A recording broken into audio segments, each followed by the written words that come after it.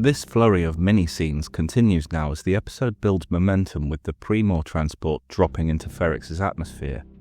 3 smaller craft peel off in formation, a miniature invasion force. Inside, the men grip their overhead handles, buffeted by turbulence. At the front of the pack are Syril and Mosk. Syril's face is tight with nerves, his posture brittle. Mosk, by contrast, is practically euphoric, his eyes fixed at the planet below as he imagines all the fun he's going to have. He's trying to be professional, but he looks like a dog with his head out of a car window. Syril is glancing at him, possibly with some discomfort. Mosk keeps bringing the understated dark comedy here. It's an unsettling contrast, one officer already overwhelmed, the other intoxicated with the promise of action. That nervous energy is immediately broken up by a couple of quick cuts.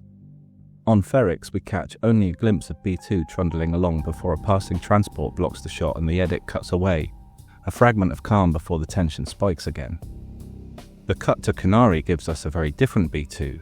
This version is polished, fluent, and entirely functional. He reports clean environmental data, no toxins in the air. Well, that cleans up the yellow stuff business, slightly. Maarva seizes on this, ripping off her breathing mask and insisting it's safe. Clem, who we meet here for the first time, is cautious to the point of exasperation and argues that the danger isn't gas but time. We said 20 minutes tops. The line suggests the tail end of an argument we've missed. Their back and forth is interrupted by a heavy crash from deeper in the ship. My first thought was that it was the damn monkeys in the Eastern Colorado University lab again. Maarva insists they press on, lured by the promise of fuel nodules, while Clem protests they're already overloaded. When B2 asks whether she means for sale or barter, Clem snaps. I think it's because he doesn't think such pedantry is suitable chatter right now. In a brilliant exchange, Maarva suggests the noise could be anything, and their imaginations go to opposite ends of that spectrum, with him seeing a reason to leave as strongly as she sees one to continue. His sarcasm is sharp, and while his stress is real, he's funny. He seems to be a man who approaches high-stress situations with humour. Like Spider-Man, for example. He doesn't want to follow, but he does, pulling out a comically oversized pirate-looking musket as he steps after her. They find Kassa in the ops room, still smashing at the consoles in blind anger. Clem greets him with a smuggler's cheer. I like your spirit, son. You just might not want to be here when they come to clean up. But Kassa recoils in horror, shouting in Kenari and brandishing his spear. Maarva is the first to read the obvious, the language barrier. Then B2 announces the approach of a Republic frigate. Kassa stares at the droid in shock, obviously the first time he has laid eyes on such a machine. We cut back to the Pre-Mor dropships. They separate from each other as per Mosk's briefing. Our dropship lands and the men pour out. Apart from Syril, this is a group of pretty stout fellows. You can imagine them playing Sontarans, is all I'm saying. Sinumire points out they look like Tweedledum and Tweedledee with their husky frames and hats. They also pointed out that Syril is Arnold Rimmer, which is so gloriously spot on that I just had to chuck that in there. They pass some local workers who do not look particularly happy to see them while relaying their positions to each other. We see about 5 seconds of Luthen here. He retracts his telescopic walking stick, and with the handle in his hand and robe flowing, for one moment he resembles a Jedi. It's a visual feint, a misdirect like his music. At this point in proceedings, you have no reason to think he wasn't one, going by what's been on the screen so far. The shot evokes the old legends of Star Wars, only to remind us soon that this story belongs to ordinary mortals in the dirt. Brasso and his colleagues notice a Pre-Mor dropship unloading near them. Haven't seen any blues in a while, they're hunting for somebody. Their chatter shows how unusual and unsettling this presence is. Brasso doesn't respond with words, just a silent, concerned look that says, I know who they're here for. Cassian is already waiting for his contact inside a cavernous brick hall.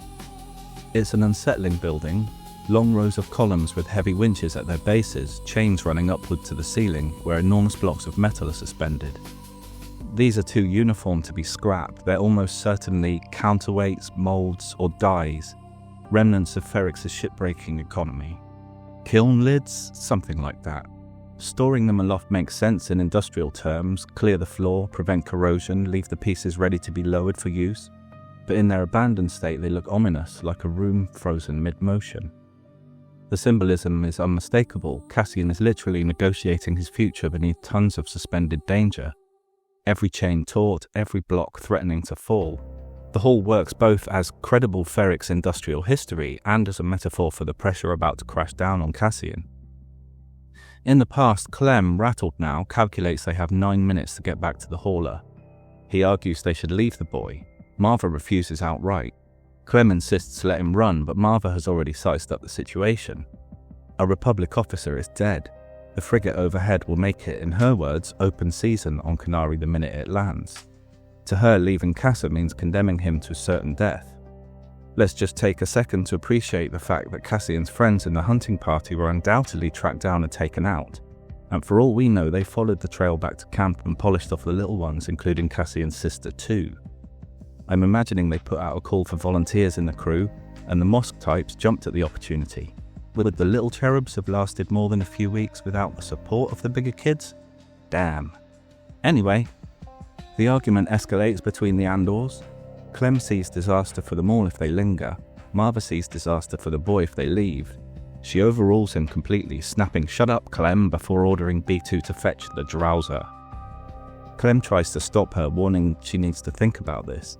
Maarva's reply is curt, decisive. "Plenty of time for that, I'm not leaving him here to die." She drugs Kassa, gathers him up in her arms and carries him away. The scene resolves in a moment of decisive compassion, but also of theft.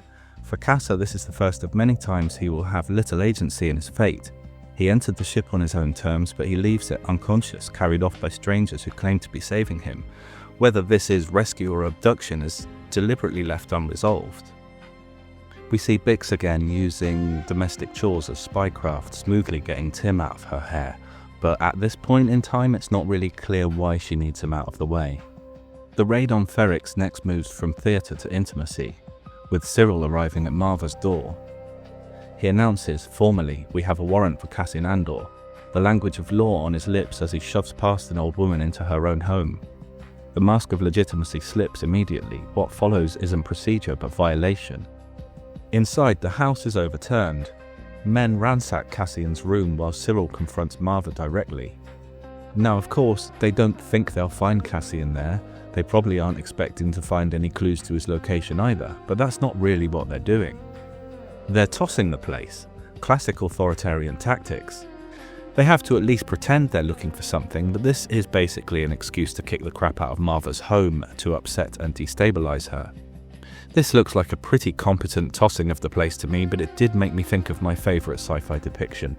That would be in the Firefly episode Bushwhacked, where the Alliance goons are so comprehensive when tossing Serenity that they pretend to be looking to two adult humans beneath the placemats on the dinner table. Maarva's response is cutting. You ought to be ashamed of yourself. A moral rebuke, a reminder that honour is measured here in decency, not in corporate paperwork. Syril has nothing to answer with but force. He tells her she can stop this anytime you want by giving Cassian up, the kind of threat that pretends to offer choice. B2 is dragged into the exchange, stammering in distress. Syril treats him like equipment, ordering his power pulled. B2's "no" is childlike, human. Maarva defends him too. They can't do that, they're in our home. Again, the argument is not tactical but moral. Home is sacrosanct and these men are desecrating it. Syril silences her brutally with a goon's gloved hand over her mouth, and in that gesture he loses Ferrix completely. Outside, neighbours are already gathering, muttering angrily about an old woman being manhandled by corporate thugs. And then Cassian himself breaks operational cover without realising it. Of course, as far as he knows, there is a warrant out. There's nothing to connect him to it, but that's too hot and he has to leave. He's got absolutely no reason to believe they're in Ferrix City already, let alone in his home. His voice drifts through B2, intimate and apologetic. Tell Maarva I'm sorry, make sure she keeps the heat on. For Syril, it's a gift. Cassian thinks he's speaking in confidence to his droid, but every word is intercepted, turned into evidence, and weaponized against him. It's the intimacy of a son to his mother used to pinpoint his location via some kind of handheld device produced by the sergeant. Syril, brittle as ever, turns to Mosk for guidance. Leave one man here, he asks, uncertainty bleeding through. Mosk doesn't hesitate. Two, sir. Mosk is the pragmatist, gauging the volatile crowd outside, recalibrating the plan in real time. Syril postures as commander, but in practice he leans on Mosk's steadier instinct. Outside, the theatre continues. Mosk bellows at the growing crowd. "Back off, nothing to see here, business as usual." The words land as parody. The louder he insists it's routine, the more onlookers know it isn't. Ferrix isn't buying the story. When Wilmon catches sight of Syril's squad in the street, his face falls as though he's seen a ghost. He bolts, streaking off through the streets. Inside the meeting location, the suspended weights of Ferrix industry loom overhead. Cassian is still talking to B2, still unaware his words are betraying him. When the sliding doors finally open and Luthen steps through, the long convergence arrives.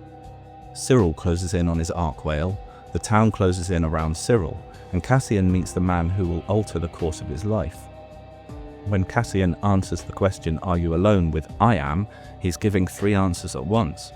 Truthful confirmation of his status, letting Luthen know he's hot to it if Luthen has broken the agreement and bought someone, and of course thematically where he's very alone right now, and maybe always has been.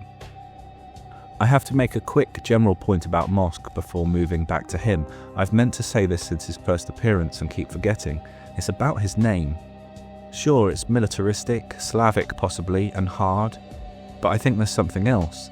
As previously discussed, I think Mosk is modelled after the modern gammon. And what word does a gammon hate more than anything? What is a gammon's kryptonite? A Mosk. I don't know if you'll follow me on this one, but I'm choosing to believe that's a private meta joke by the writer. If a gammon was called Mosk, he would indeed be a self-hating ball of anger, so this works for me. Back in the streets, Mosk is in his element, bellowing at the Ferrix crowd as if he was single-handedly holding back an uprising. In reality, the Ferrixians are merely muttering, peering, asking questions. Going, "She's just an old lady!" Mosk is escalating, not easing tensions. He's showing off and loving it. Authority for him is about volume and theatre, and in that performance he is happiest. Puffed up, barking orders, convinced he's the wall between order and chaos. The truth is simpler. He's making everything worse. Every unnecessary shout feeds the crowd's resentment. Every exaggerated command turns a gathering into a flashpoint. But Mosk doesn't notice. Or just as likely he's doing it on purpose, itching for a fight, but doesn't have the imagination to understand he might not win it this time. Taken together, these intercut threads show authority closing in from every side.